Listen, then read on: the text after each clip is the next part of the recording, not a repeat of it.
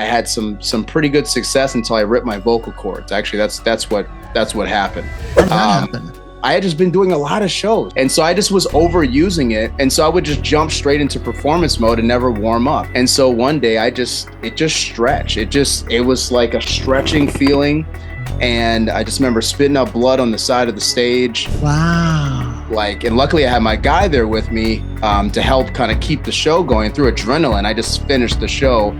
But then afterwards, I got video of this. I got legit video. I was hoarse. You could barely, I sound like Rick Ross or somebody super, I sound super deep. I was working in the entertainment and then I switched over to corporate later on.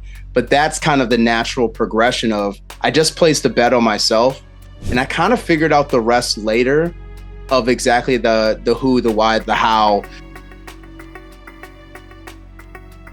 Jamar Jones, we're going to talk about personal and business branding. We're going to get into all kinds of stuff. We're going to talk about changing your circle, changing your life, right? So then let's get into the origin like we do. Want to go back, where are you from? You're from Virginia right now. You're calling there, but where are you originally from? What did mom and dad do for a living?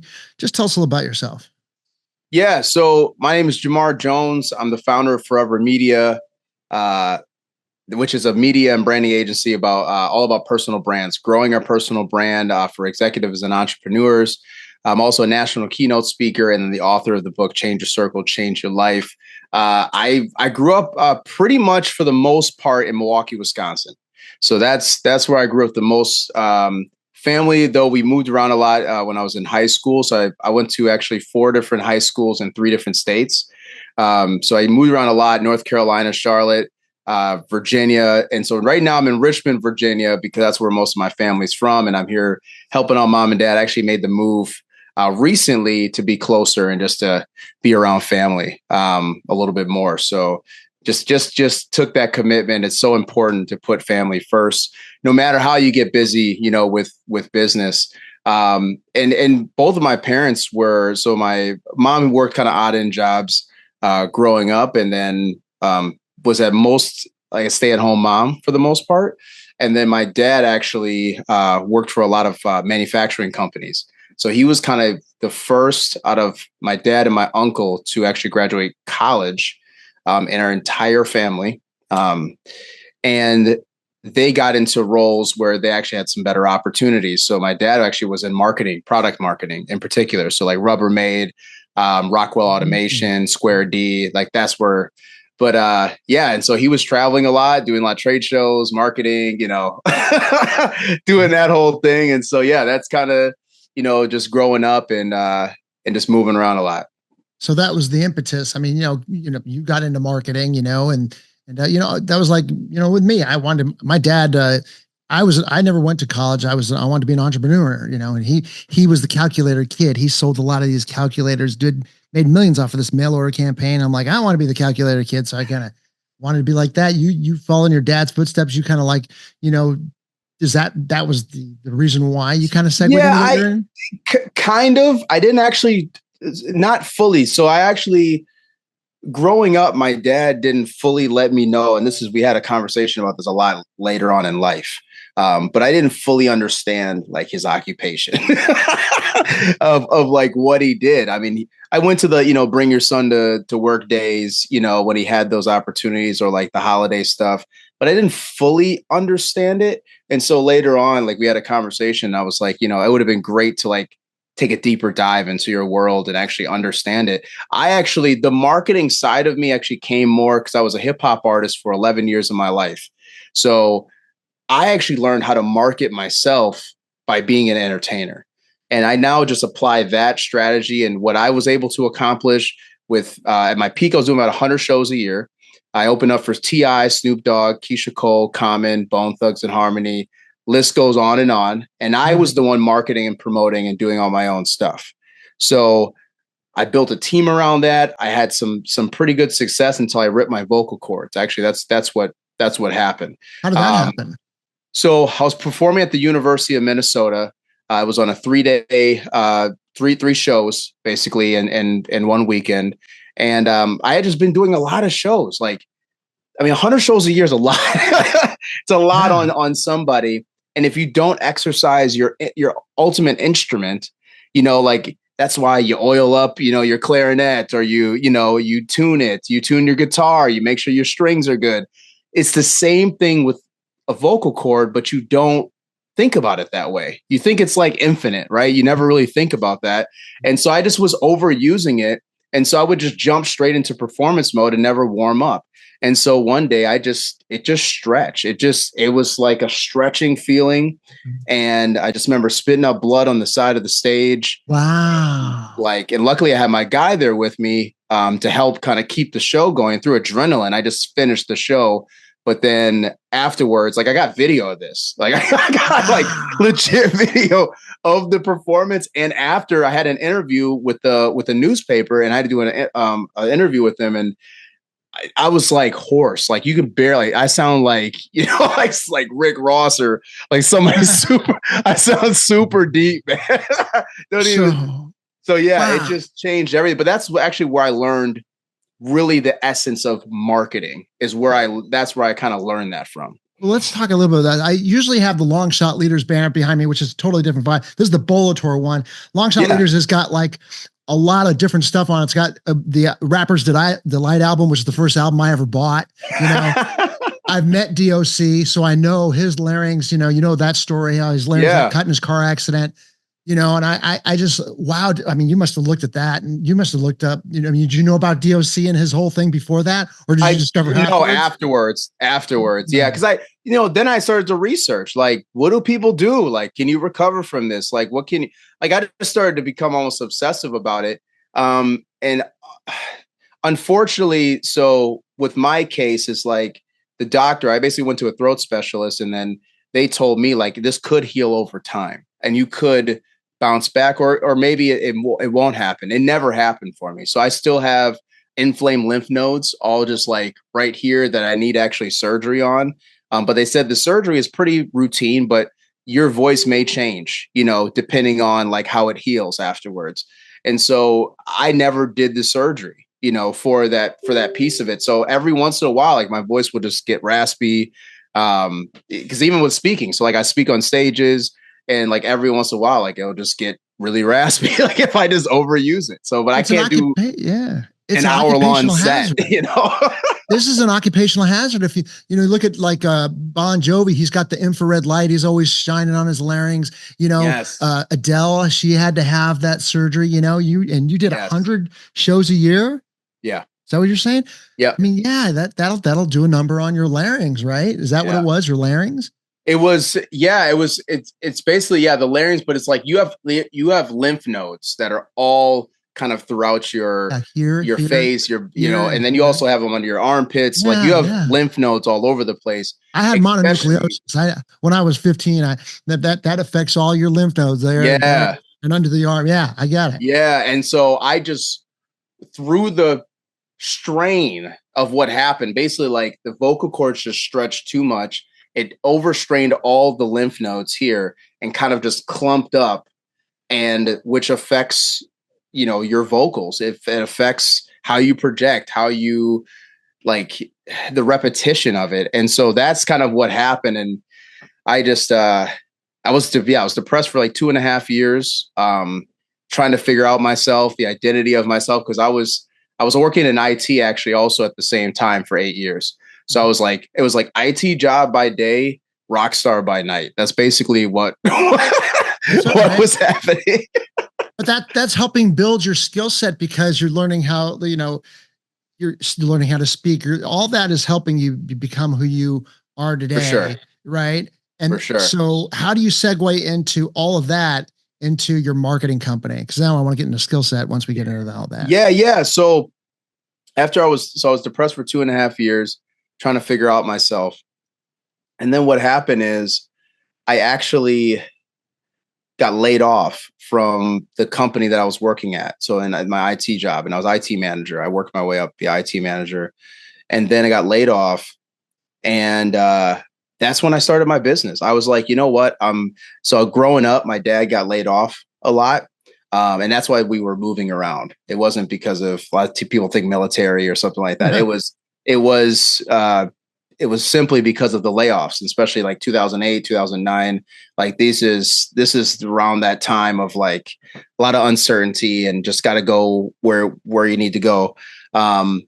And so through that experience, I was like, man, when I got laid off, I'm like, I don't want the same like trajectory, right? Of not taking control of your own destiny. So I already was really an entrepreneur when I was doing music anyways. So now I just like, I'm placing those bets on myself. And that's where the marketing side of it. I started the company about nearly a decade ago, and it was anything I was kind of good at. Is how I literally started it. Yeah. And then really the video portion of the business actually was the first to take off. So that was like, people really liked the video, the creative aspect. I was working in the entertainment, and then I switched over to corporate later on. But that's kind of the natural progression of, I just placed a bet on myself, and I kind of figured out the rest later of exactly the who, the why, the how, that all came. I just placed the bet on myself and then figured out the rest later. So you start, let's take us through the journey. Who was like some of your first clients, and how'd you, hopscotch to like, the next level, and have your business grow? Dude, I love this. I love this because this is what I preach about to especially new entrepreneurs. They think this stuff, especially social media, like the stuff's going to fall in your lap. People are painting these crazy pictures of like, this is how easy it is to become a millionaire. Like, come on, man. Like, you have to literally put in work to make this stuff happen. So in the very beginning, I did so how I was able to book all these shows was I was making about 100 calls a day. So on my lunch break, when I was working in IT, like I would literally, from the time I would clock in for my lunch to the time I go back into work, I'm hitting the phones, hitting them. And I'm just calling because I already curated a list of places I needed to go and like places I want to perform and stuff. I had my media kit, everything was already done. And so I was ready to hit the phone. So I took the same approach in business. So I was actually, my goal was 400 contacts to be outreach to every single week. Wow. And so I wouldn't go to bed until I reached out to at least like 75 contacts every single day. And it was email. A lot of times back then was Twitter. So I was like really just big on just like I would search and see who was kind of looking, who was around the area. So how I got started, some of the first clients were in the entertainment space in Milwaukee, Wisconsin. So I met this guy named DJ Payday. I'll never forget this guy. I got a documentary I'm planning where I'm going to reveal him to the world. But every once in a while, like an angel comes by in business. Like you meet somebody that's just like, they're either a mentor of yours, they're somebody to guide you into the next direction of your business, or they're just somebody that just wants to see you win. Like they see something in you that you don't even see in yourself. And this was this guy, DJ Payday. And then he had introduced me to like 10 different people that actually became my clients, like the first clients that I had. And I did artist consulting. I was doing like beat creation. Then that's when the video started happening. So he introduced me to a guy that worked at the radio station, and I started to do a lot of his videos. And then through that, artists started to see that. And then I started to do some like music videos and, going out to their performances and then doing artist consulting because I was an artist myself. I already know the game. I know how to get shows. I had reels and promo videos to show and prove it. So I had the case studies already. And so they trusted in, my coaching ability to help them get there. And so that was like the first snapshot. It's nothing like what I'm doing today, but that was like the first wave of just on the grind, hitting the pavement and just meeting people, networking. And that's where the whole concept of change your circle, change your life comes from, is like that ability to network, put yourself out there and just change your circle to ultimately meet your goals. Right. Let's talk about some skill set now. Well, first of all, where are you at today? What's going on with your business right now? Topically, what's happening? Yeah. Because it's kind of drastically changed. Obviously, the more I got focused, and like I said, we've been doing this nearly a decade. And so now we focus on building people's personal brands. We have programs that we help entrepreneurs, even with their business, but also like, how do you get on stages? How do you get on podcast appearances? How do you clarify your message and make sure it's really clear, your unique value proposition? How do you make sure you pitch in yourself, and how you do that to network with others to meet those ideal customers that you want to go after, or to get to the next step in your career as an executive. So we have programs, we have experiences that we do all across the country. Since I know how to put on a show, I've done this so many different times. So we've done big conferences. We're doing a retreat in New York this year. So I'm super excited about that in October. And we have a community of all people building their personal brands, and that we're growing. And it's just amazing. Like the stuff that we're doing now. I actually had a team of about 13 people. I did kind of shrink back down because I grew too fast. In all honesty, I scaled way too quickly. Payroll was very high. And I had to make some adjustments. So scale the team back down. But yeah, I mean, I've been doing this for a long time, and we've already hit 7 figures of who we are as an agency. I'm hoping that this year is even better, and just continue looking to grow that. Yeah, everything you sound, it's the progression of growing pains of a business. You stick a body on it. No, keep it lean. You'll feel good about yourself in the long run. Look how big my company is. No, that's costing you money. Let's see what we can get over to Upwork, and maybe what can we leverage and all that. There's other ways to do it. Right. Ways to do it. Let's go through like the nuts and bolts of your skill set. Yeah. Tell us about what you cover, when you're going to sit down. Use me, I have a Me Too company that I've done for 24 years, tarshplus.com. I opened up just 2 weeks ago. We opened up Bulletor.com. We got a podcast for it. It's a backpack company. We have a patented, kind of backpack and all that, with new products coming in, over phase 2 and 3. And you would sit down with us, you would say, okay, let's go through a checklist of things. What would that checklist look like? We're trying to build a brand. We want to be the next Yeti, Black Rifle Coffee, outdoor, kind of arena. What would you say? Yeah. So there's 3 different phases that we have in our system that we break this down. The first one is really articulating your message. So it's becoming hyper clear on who do you serve. This is one of the most common things with entrepreneurs today that struggle with this clarity on who do you serve. You cannot serve everyone. So it's very, I love that like you said, it's kind of like the Yeti. So I kind of go into the Stanley Cup, where that blew up. Right. Mm-hmm. And the reason why it actually really blew up is because they figured out who their real target audience was.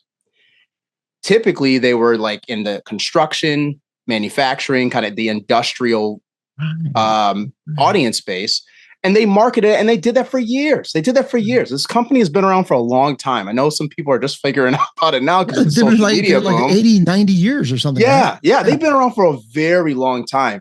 And then one day, somebody comes in and says, why? Why? And they get hyper clear. And what they figure out is who's their number one consumer? Who's buying this? It's women.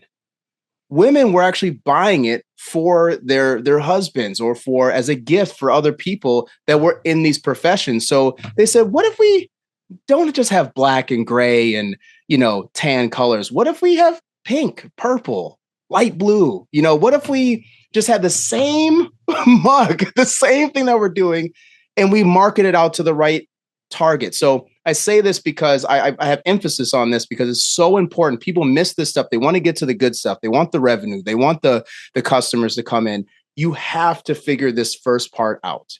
And you can test, you can figure out what works best, but you got to ask the right questions as you start to develop who that target persona is. So that's the first thing. Their message being very clear. Who do you serve and why do you do it? How do you do it?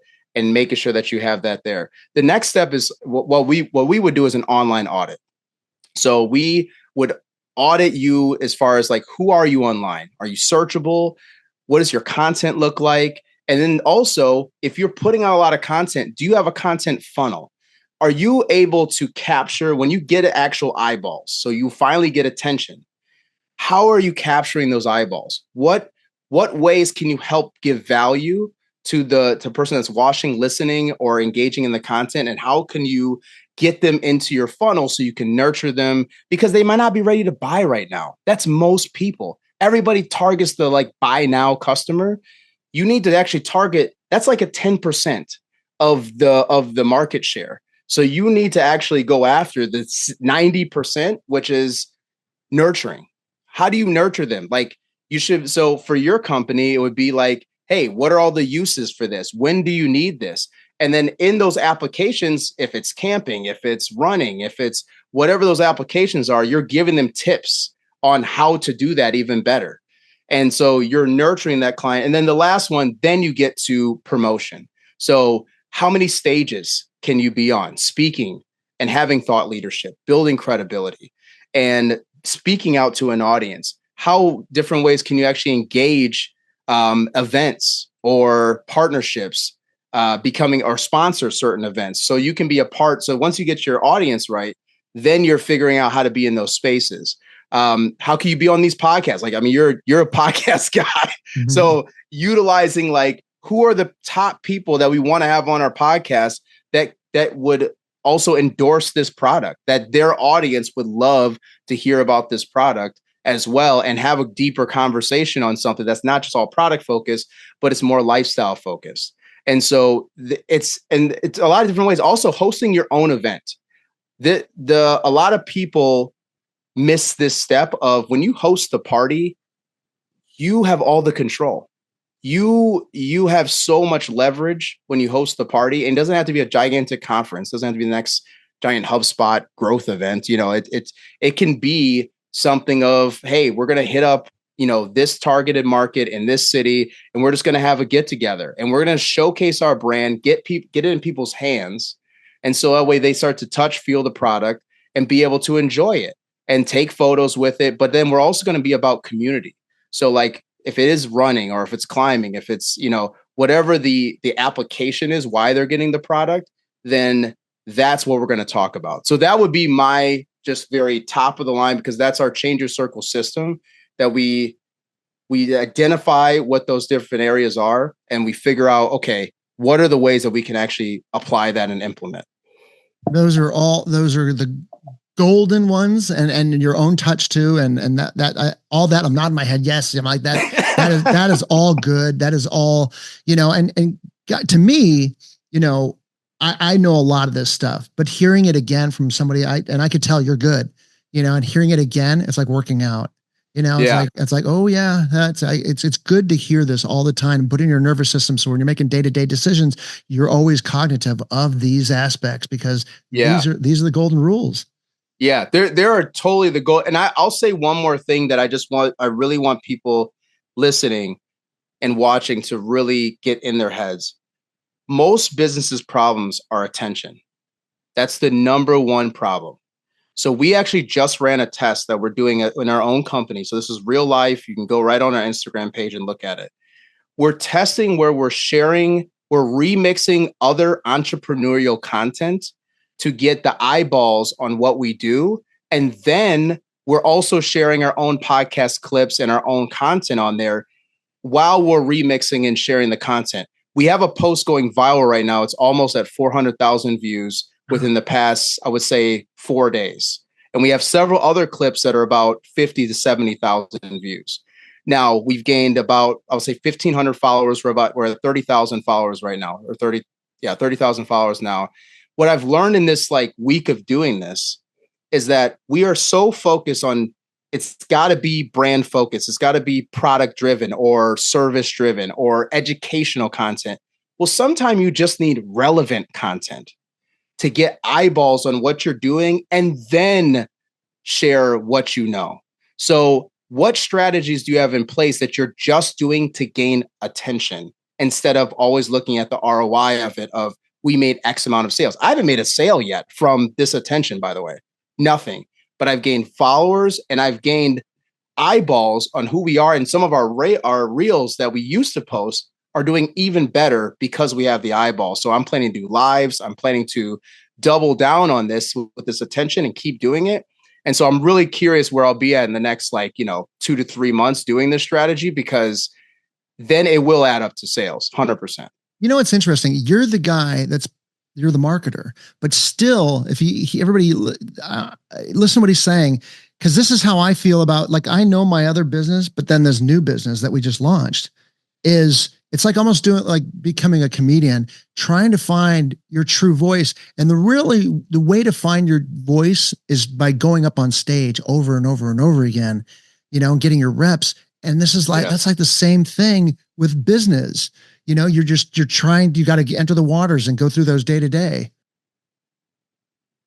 Gaining those reps is like the essential thing to where, because you're even waiting right now. You're like saying, okay, I got to see where this is at to see how that's going to work, and where do we find ourselves in that process, because, I did a most awkward post. This was on the podcast page, not for the business. And, it was about the show. It was a risky post, cause I usually I don't rub anyone the wrong way, but it was a hell of a funny joke. The lady that got her calf bitten, the big shark bite, in Texas. And I didn't even know that. I just saw the picture and I was like, I'll post it up to Stein Media. And I was like, all right, I'll skip leg day. Happy Shark Week, y'all. Cause it was Shark Week, and so that was pretty funny. Yeah. So it got like the first 24 hours, I woke up and I said, because I only get I don't get a lot of likes. I get maybe like 50 or 60, and then this one got 400. And then I was like, ooh, and people are like, yo, you should be careful. Like, that could have been your daughter or your wife. I'm like, oh shit, he's right. I didn't think of that. I kept it up, and I was like, keep it up, dog. and it was also an AI description, so it didn't even say Texas; it said like Florida. And I was like, oh, I got to go rewrite, because I was so ADD. I'm like, like putting it up there, And I adjusted some of the hashtags, and then I just, I adjusted it, and I just left it alone. And then a week goes by, and a couple of days ago, it was like 10 days ago, a couple of days ago, I was like, what are all these flashes I'm getting all these notifications. And then for some reason, Instagram algorithm, you go on my profile, it's got we got 11,000 likes and it's got over 1 million views on this damn picture, and I'm like, what was that? And the reason why I bring this up is because of this.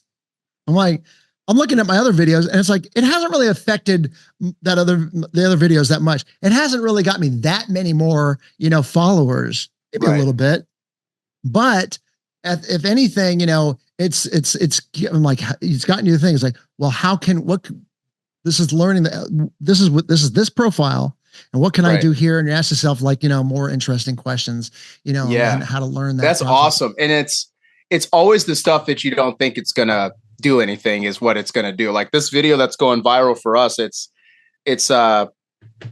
just like the message. And so I just reposted it. And then that was it. And it just keeps going. We had Marcus Lemonis comment on the post. Who's that? So Marcus Lemonis, and I got a whole crazy story about him, but he owns Camping World and he's an investor. He's a billionaire. He had the TV shows on CNBC, The Profit. So I don't know if you've ever seen that. It's like, so think of Shark Tank, but it's, he actually invests in the business and they actually go through like building it back up, and they show more of the behind the scenes. So it's the investment. Is he going to invest? But also let's actually show the process of like, what's the turnaround look like?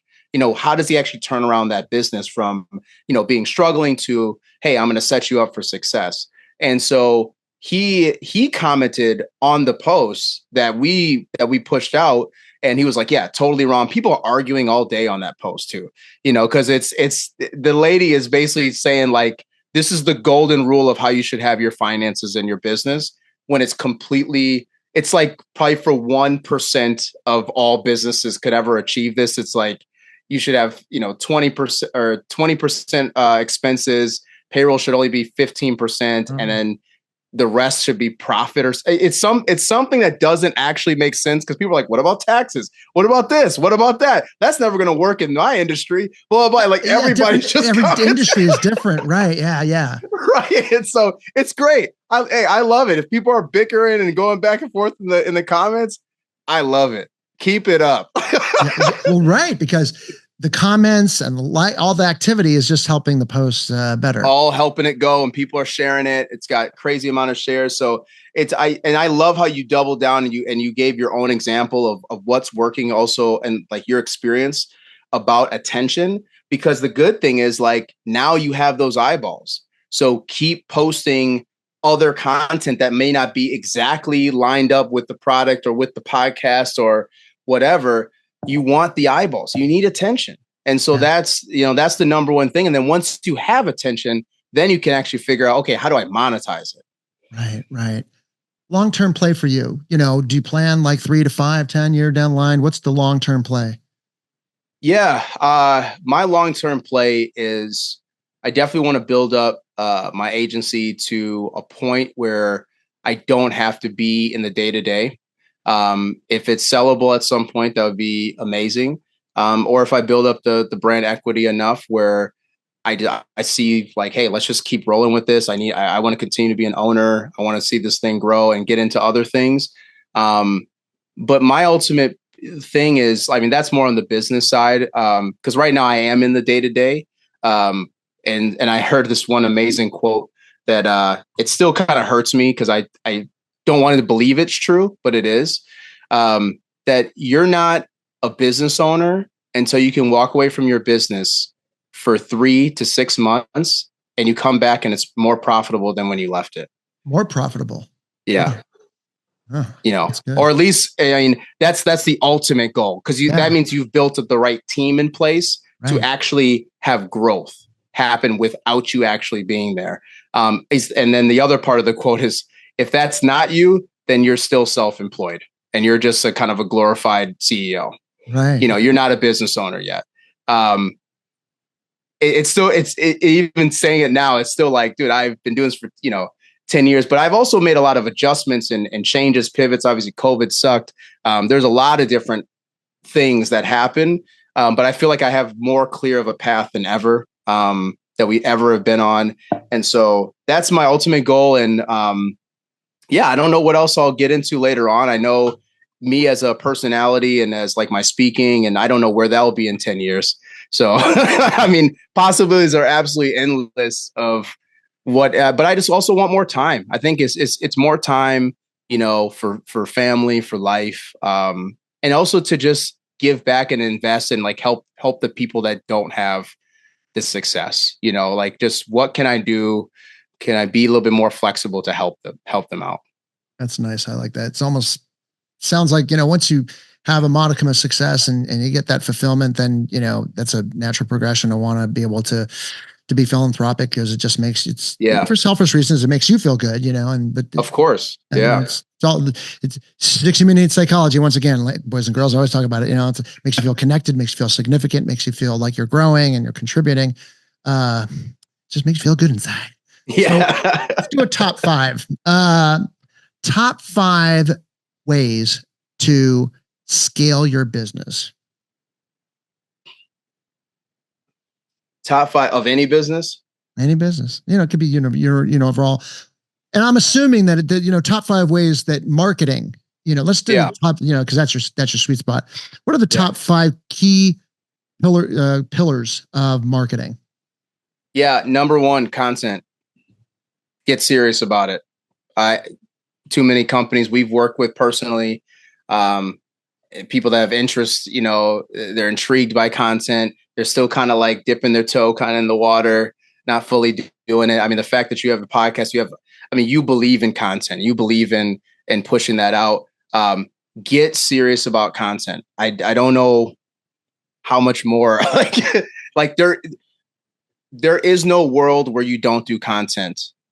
And to really get to that next level of what you want to do to scale your business and to have evergreen content always selling for you constantly out there on the internet, where you don't have to deploy sales reps and constantly be calling and constantly going outbound. If you want that inbound, if you want to build at brand equity, content, number 1. So have a content strategy, have a content plan, and get serious about it. Don't just put 1 video a month.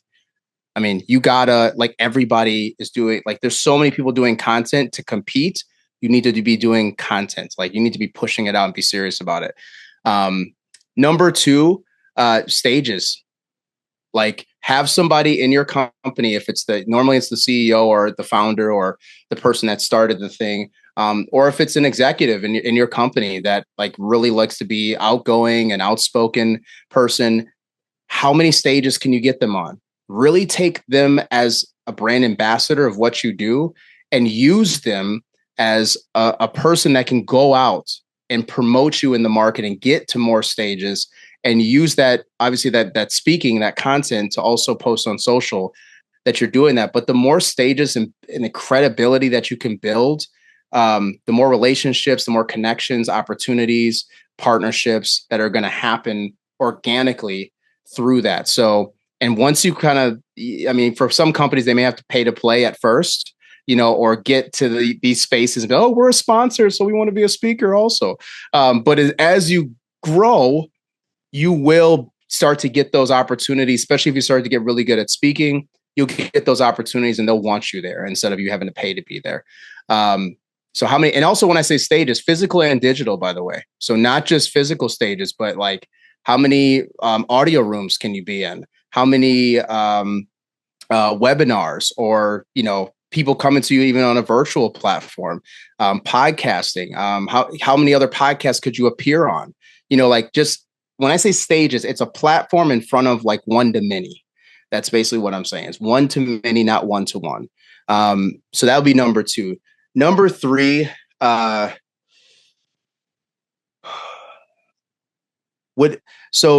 three that I'm seeing that's a common misstep.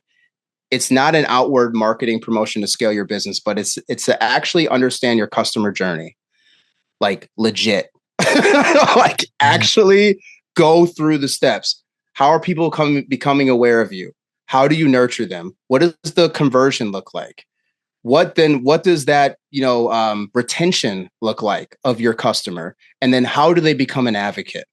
So go through that customer journey seriously, like with your leadership or with you and yourself through the company, and go through the steps and figure out what is everybody feeling at each step? What are they thinking? Where are they hanging out? Like what's going, like you have to really dial in and know what that is to scale. That's the basis. You have to figure out how, that's the basis of Google's new algorithm, or last year's algorithm change, is the journey of the customer, the 360 experience that they're getting. Yes. It's because like you said, to scale. So like you could probably get by and, get some things going without really knowing this. But if you want to scale, then you've got to identify that and then figure out how to automate and systematize that process. And so that has to become so clear if you actually want to scale. So that would be number three, understanding the customer journey, like really go in detailed. And it's been a couple days, like it's been days to figure this out. The fourth thing that I would do as far as marketing would be experiential. Figure out how to create experiential, either because I think through all in the world of content, and I said like content is number one, but I also feel like experiential, people crave it. They want it. They want to be in person. They want to have that feeling. They want to feel important. They want to feel connection. And the more that you can have your brand be attached to an experiential event or even a dinner party, or like just do something to bring people together, create community, create a little bit more of like brand loyalty. I think that is like a very overlooked marketing strategy for certain industries and companies. So that would be my number four. It would be experiential. And then the last one would probably be, once you understand like what's working, then try to apply something of a paid strategy. So if you can, that's why I love to test, man. That's why I love to test. Because once you test, you know what works. Then after you know what works, then you can add a paid strategy to it. Then you can put some dollars behind it. Okay, let's do some advertising. Let's do, like, we know this kind of content really works. It really talks to our customer or our client. Let's do more of that. Let's put some money behind it. Then it's trackable. Then you can see how many leads, how many clicks, follow through, all that stuff. But then your money's working a little bit smarter instead of you just trying stuff. You're just trying and trying, see what sticks, wasted a ton of money instead of investing it in content and just putting out really, really good content. Great, solid top 5. Very good. Nice. And very applicable. Jamar Jones, tell everybody how they could find out more about you. Yeah. Hit me up. LinkedIn, #1 spot.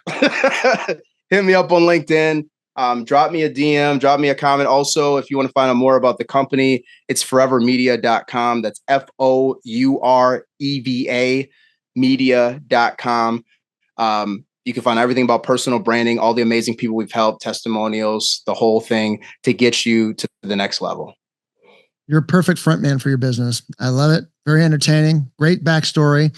Thank you. You know, Tony Robbins wanted to be Aerosmith, you know, before he became a physical, you know. Isn't that crazy? And when he does a seminar now, he's like, you know, I don't get to perform, you know, rock and roll in front of thousands of people, but I get to, you know, perform this. So it's an excellent thing. And that's, you know, you're the perfect front man for what you're doing. So I think it's a wonderful story, and I thank you for sharing. Yeah, appreciate it. Thank you for having me on, man. This is really cool. Thanks for joining us. Gear up for your next adventure and head over to bolator.com to check out the amazing Bolo Pack and their other innovative outdoor gear. Catch you next time.